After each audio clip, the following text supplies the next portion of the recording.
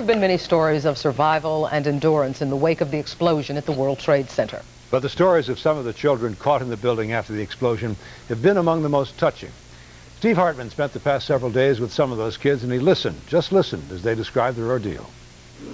Somewhere above the panic, somewhere below the roof, somewhere in between, they got stuck in the middle of a mess. 60 kids, too young to understand politics, terrorism, and hatred, crammed shoulder to shoulder in a pitch-dark elevator for almost 6 hours.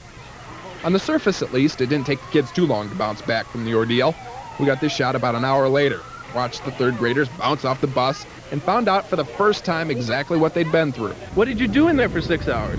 We panicked. Dumb question, huh? The next day we met up with the same group, got more details, and got even more impressed with the people telling them. And all of a sudden the lights went out and the power just stopped. We didn't have much air, because the smoke was coming in.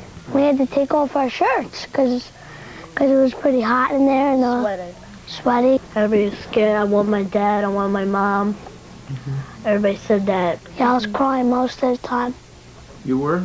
Yeah. Why? Because I thought we were going to spend the night there for the rest of our lives. Then today we went to visit the kids once more, this time the kindergartners that were with that third grade class. Some were a little skittish, but I think it was mostly because of the cameras, not the bomb. Only one little girl didn't want to come to school, held on pretty tight to what she knew was safe. But eventually, like all the others we met, found the courage. Girls, be good girls, be good girls. If you believe in fate, you could easily argue that those kids were put in that elevator for a reason. As an example, some people are saying that because the kids have rebounded. School officials have determined they won't need any more counseling tomorrow. Today, they changed the date on the blackboard, and with that, the teacher made the last, albeit subtle, mention of the disaster. 27, 28, no more February. Thank goodness. Steve Hartman, Channel 7 Eyewitness News. Bye-bye to February and into March for the little lambs, eh, Ross? But our coverage of the disaster at the World Trade Center continues tonight on Eyewitness News at 11. What is the city doing to help businesses that have been knocked out by the explosion? We let you in on a unique plan born at City Hall to jumpstart firms that are down and out. And now that the damage is done, many people want somebody to pay for it. Just 3 days after the disaster, are we already looking at lawsuits?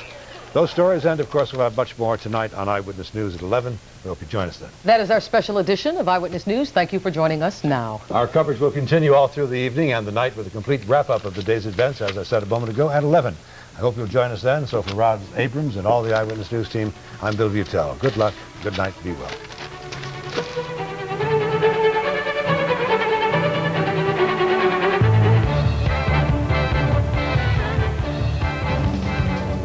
This has been a special edition of Channel 7 Eyewitness News.